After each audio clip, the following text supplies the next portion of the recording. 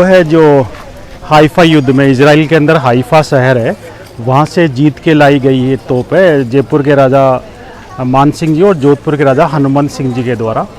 Second world war में Indian army British का साथ दे रही थी और उस समय इजराइल का जो हाइफा शहर है वो तुर्की और जर्मनी के अंडर में था। उसको आज़ाद कराने के लिए अंग्रेज़ों ने वहाँ पे जो राजस्थान की फ़ौज थी, जिसमें जोधपुर के राजा की सेना थी और जयपुर के राजा मान सिंह जी की सवाई मान गार्ड थी और जोधपुर लाइन्स थे, दोनों ने मिलके उसको आज़ाद कराने के लिए जब आगे बढ़े तो उस समय वो एक पहाड़ी के ऊपर तुर्की थे और जर्मन थे। हाइफा शहर को बचाने के लिए उनके पास तोपें थी, बंदूकें थी और इनके पास परंपरागत घोड़े थे और भाले और तलवारें थे।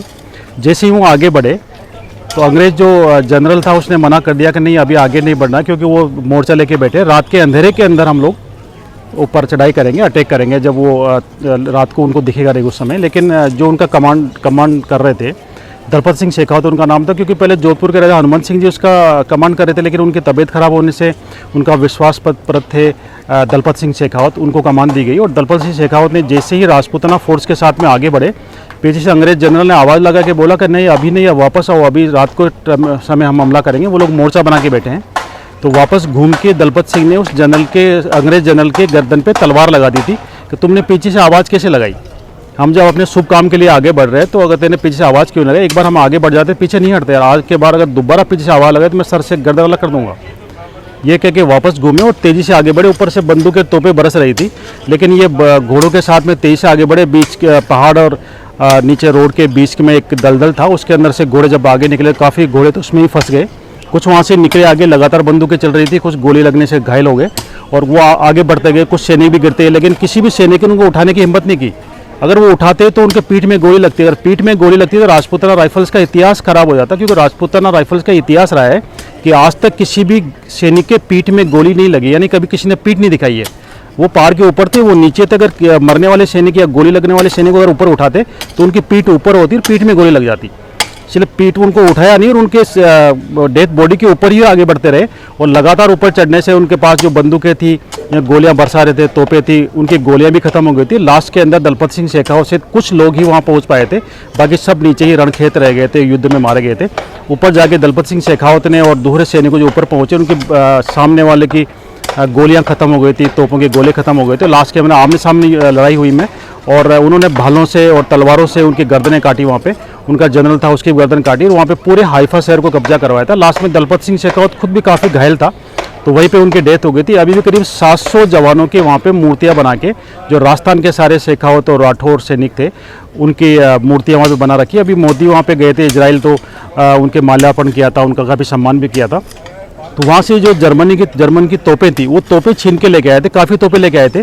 कुछ तोपें जोधपुर के राजा के पास रही, कुछ तोपें जयपुर के राजा के पास रही, जिसमें से एक तोप ये है जो ये इजराइल के हाइफा शहर की विजय की याद दिलाती है। इजराइल के हाइफा शहर से जीत के लाई गई थी और हाइफा को आज भी इजराइल इस बात का ऋणी है कि राजस्थान के फोर्स ने हमें आज़ाद करवाया था तुर्की और जर्मनी से, तो आज भी इस बात के ऋणी हैं। इजराइल कभी भी इंडिया के साथ में कुछ भी होता सबसे पहले आगे बढ़ के इजराइल इंडिया की मदद करने के लिए आगे आता है, तो इसकी ये वजह है।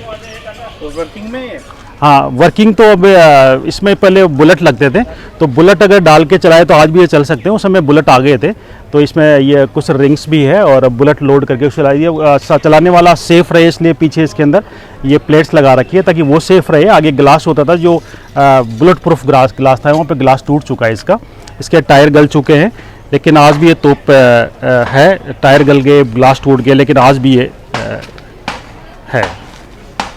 वो हाइफा शहर के बारे में बता रहा था, आज भी हमारे हिंदुस्तान के अंदर उसका लेसन नहीं आता बच्चों के लिए, लेकिन इजराइल के अंदर आज भी प्राइमरी स्कूल के बच्चों को वो पाठ पढ़ाया जाता है कि किस तरह वो ब्रिटिश साम्राज्य के, जर्मनी और तुर्की के साम्राज्य के चंगुल से बाहर हुए थे, क्योंकि उस समय वो तुर्की और जर्मनी के अंडर में था।